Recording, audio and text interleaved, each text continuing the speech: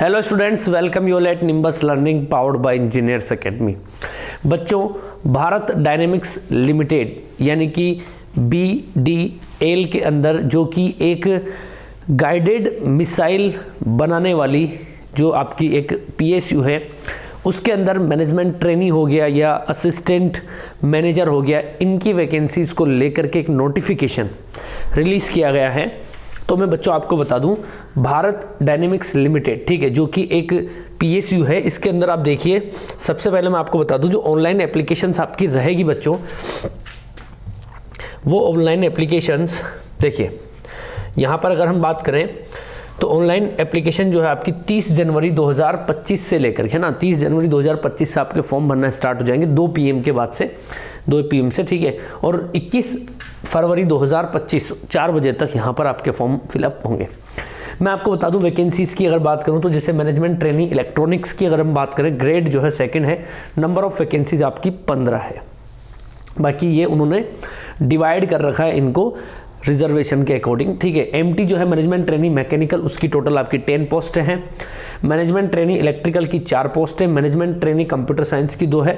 Management training cyber security उसकी 2 post है। Management training chemical की 1 पोस्ट है।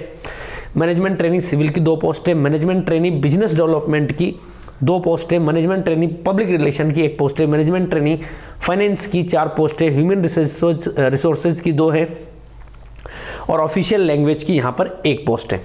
आगे मैं बात करूं बच्चों, यहाँ पर आपसे 30 नंबर पर है असिस्टेंट मैनेजर AM, ठीक है, ये लीगल है ना। इसकी जो 2nd और यहाँ पर 1 पोस्ट यहाँ पर रखी गई है, ठीक है। इसी तरीके से SM बच्चों, SM का मतलब हो गया सीनियर मैनेजर, ये सिविल है ना। 5th कैडर इसकी जो है बच्चों ये ग्रेड है, 5th ग्रेड है, 1 वैकेंसी है।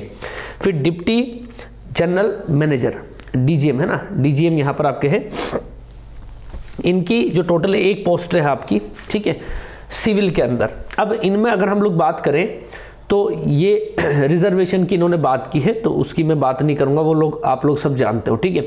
सैलरी यहाँ पर बहुत ही बढ़िया है, PSU है बच्चों, है ना। तो मैनेजमेंट ट्रेनिंग की 40,000 से लेकर के 1,40,000 तक है, ठीक है। टोटल अगर हम लोग देखें तो जो अप्रोक्सीमेट 1 साल का ना 15.91 लाख है बच्चों।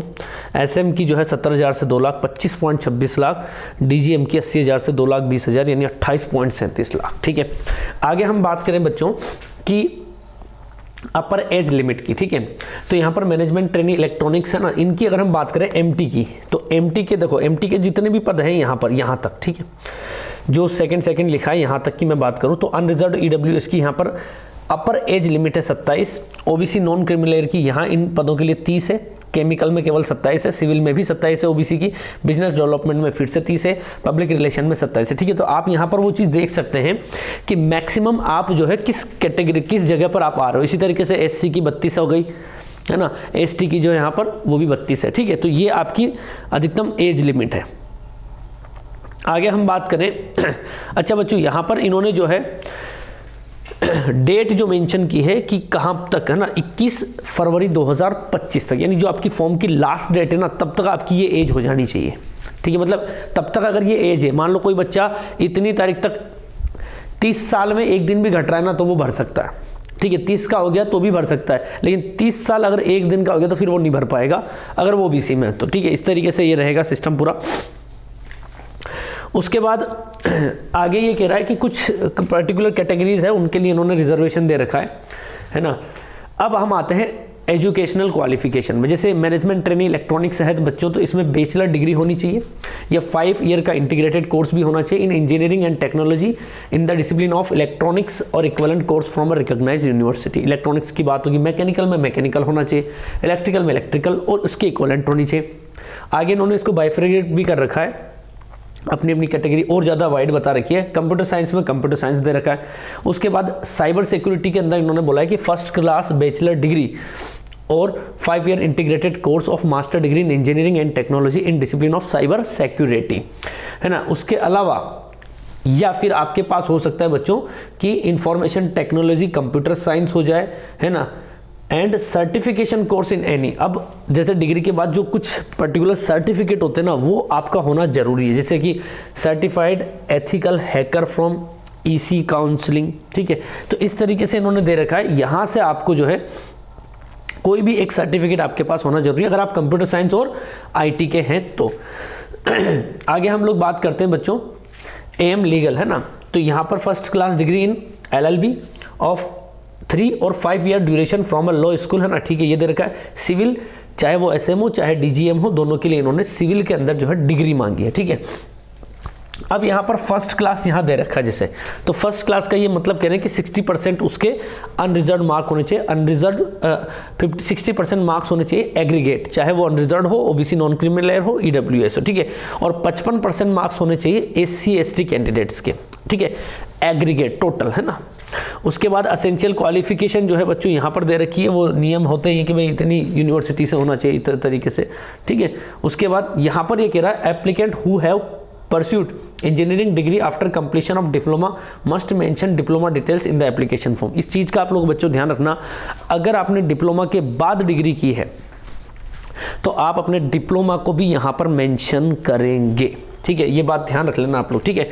उसके बाद अगर हम बात करें तो नेक्स्ट यहाँ पर, हाँ, अब इनकी सब ब्रांचेज इन्होंने दे रखी है, जैसे इलेक्ट्रॉनिक्स है तो इलेक्ट्रॉनिक्स के अंदर इलेक्ट्रॉनिक्स इंजीनियरिंग हो गया, इलेक्ट्रॉनिक्स एंड कम्युनिकेशन हो गया, इलेक्ट्रॉनिक्स हो गया, एंड इलेक्ट्रॉनिक्स एंड इंस्ट्रूमेंटेशन हो गया, इलेक्ट्रॉनिक्स डिज़ाइन हो गया, technology design, applied electronics engineering, है ना, इलेक्ट्रॉनिक्स एंड टेलीकम्युनिकेशन। तो इस तरीके से इन्होंने डिवाइड कर रखा है, तो ईजी वे में आपको समझ में आ जाएगी कि आप किस कैटेगरी से फिलअप कर सकते हैं, किस ब्रांच से आप जा सकते हैं। जैसे इलेक्ट्रिकल है तो इलेक्ट्रिकल इंजीनियरिंग इसमें दे दिया, इलेक्ट्रिकल एंड इलेक्ट्रॉनिक्स इंजीनियरिंग दे दिया, electrical instrumentation and control engineering दे दिया, ठीक, इस तरीके से इन्होंने डिवाइड कर रखा, ठीक है।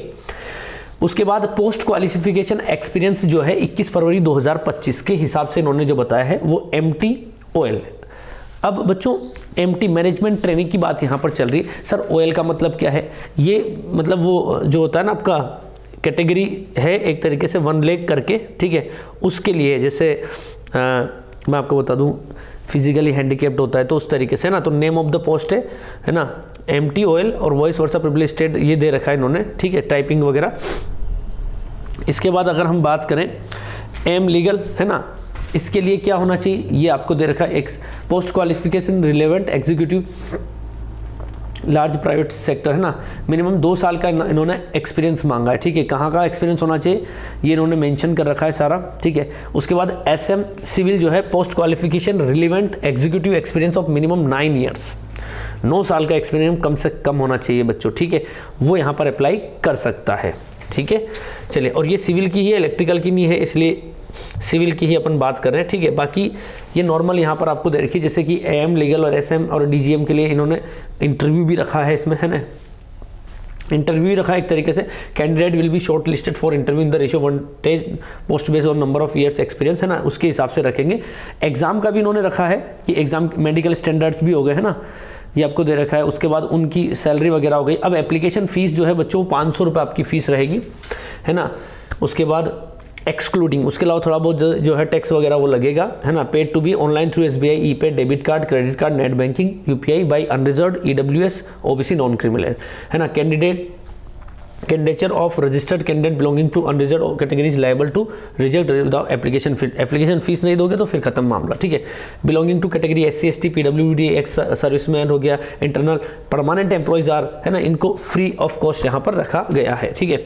उसके बाद फीस ये नॉन रिफंडेबल है, ठीक है। तो ये सारी चीज़ें आपकी आ गई बच्चों। तो आप ध्यान रखें बच्चों कि अब देखो यहाँ कह रहा है कि candidate seeking reservation under EWS category will have to submit income and asset certificate only in the prescribed format, है ना, जो भी रहेगा उसमें। The income and asset certificate should be valid for the financial year 24-25 वाला ही यहाँ पर आपको भरना है।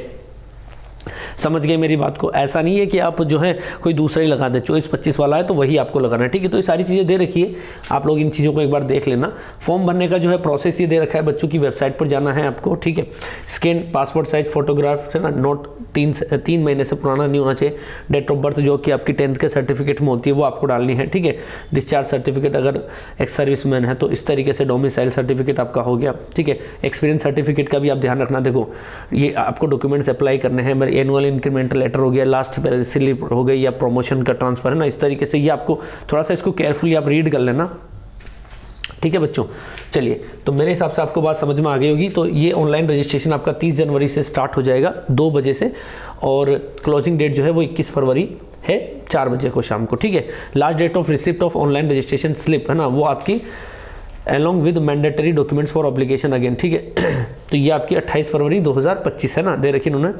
और जो एग्ज़ाम होगा उसकी जो डेट है वो will be in the month of March, है ना। तो ये इन्होंने बोल दिया है। तो मेरे हिसाब से आपको पूरी जानकारी समझ में आ गई होगी, ठीक है। तो वैकेंसी भी आ गई, ठीक है, सीटें थोड़ी सी कम है, लेकिन फॉर्म तो भर ही देना, क्योंकि बूंद बूंद से ही आपका घड़ा भरेगा बनो जो, ठीक है। सो बच्चों, बने रहिए निम्बस लर्निंग के साथ और करते रहिए अपने फ्यूचर की तैयारी।